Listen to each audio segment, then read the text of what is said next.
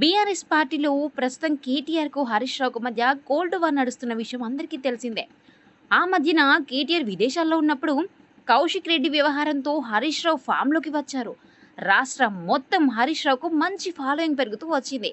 దాంతో దెబ్బకు విదేశాల నుంచి 4 గంటల్లోనే పనులన్నీ పక్కన పెట్టి వచ్చి మరీ బీఆర్ఎస్ పార్టీ నాది అనే రేంజ్‌లో కేటీఆర్ ప్రెస్ మీట్స్, విమర్శలు చేస్తూ హరీష్ రావు ఫేమ్‌ను కాస్త చెరిపేశారు. ఇక దీంతో సమయం కోసం చూస్తున్న హరీష్ రావుకు మంత్రి కొండా సురేఖ మంచి పావులా దొరికినట్టయింది. ఒక ప్రభుత్వ కార్యక్రమంలో కాంగ్రెస్ నుంచి మంత్రి కొండా సురేఖ, బీజేపీ నుంచి ఎంపీ రఘునందన్ రావు, బీఆర్ఎస్ నుంచి ఎమ్మెల్యే హరీష్ రావు పాల్గొన్నారు. ఆ టైంలో ఎంపీ రఘునందన్ రావు మంత్రిని సన్మానించారు. ఆ టైంలోనే ఒక దండను మంత్రి మెడలో వేశారు కూడా.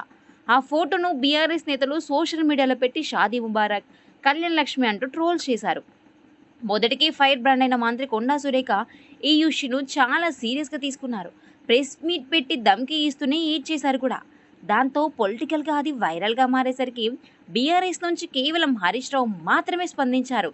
ఆడవాళ్ళను తక్కువ చేసేలా ఎవ్వరు ట్రోల్స్ చేయొద్దని సొంత నేతలకు క్లాస్ పీకారు. ఇంతవరకు బాగానే ఉంది. అయితే ఇక్కడే ఒక లోజుకు తాగి ఉంది.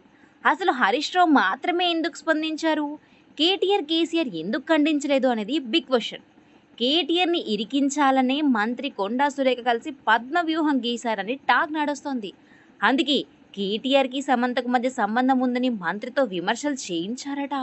నాగ చైతన్య సమంత విడిపోవడానికి కేటీఆర్ కారణమని కొండా సురేఖ చెప్పడంతో కేటీఆర్ పొలిటికల్ కెరీర్పై పెద్ద బండపడినట్టే అయింది.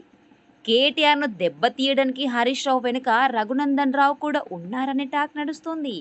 గతంలో బీఆర్ఎస్ పార్టీలో ఉన్నప్పుడు హరీష్ రావుకు, రఘునందరావుకు మంచి సాన్నిహిత్యం ఉంది. ఆ ఫ్రెండ్షిప్ మధ్యలో చెడిపోయింది. కేటీఆర్ను దెబ్బతీయడం ఇద్దరి ధ్యేయం కాబట్టి ఇద్దరు కలిసే మంత్రితో ఇలాంటి విమర్శలు చేయించారనే పుకార్లు కూడా షికార్లు చేయిస్తున్నాయి. మంత్రి విమర్శల వల్ల బీఆర్ఎస్ పార్టీ వర్కింగ్ ప్రెసిడెంట్ ఫేమ్కు దెబ్బ పడితే ఆ పార్టీలో ఆల్టర్నేట్గా ఉండేది హరీష్ రావే కాబట్టి ఆయనకది కలిసి వచ్చే అవకాశం అవుతుంది. దాంతో హరీష్ రావు కనుసన్నల్లోనే ఈ వివాదం నడుస్తుందని కూడా టాక్ వినిపిస్తోంది. నిజంగా హరీష్ రావు దీనికి ప్లాన్ చేసి ఉంటే అది కరెక్ట్గా క్లిక్ అయితే కనుక కేటీఆర్ పొలిటికల్ ఖతమైనట్టే కదా. సో ఈ వీడియో మీకు నచ్చినట్లయితే లైక్ చేసి, కామెంట్ చేసి, షేర్ చేయండి. Thank you for watching.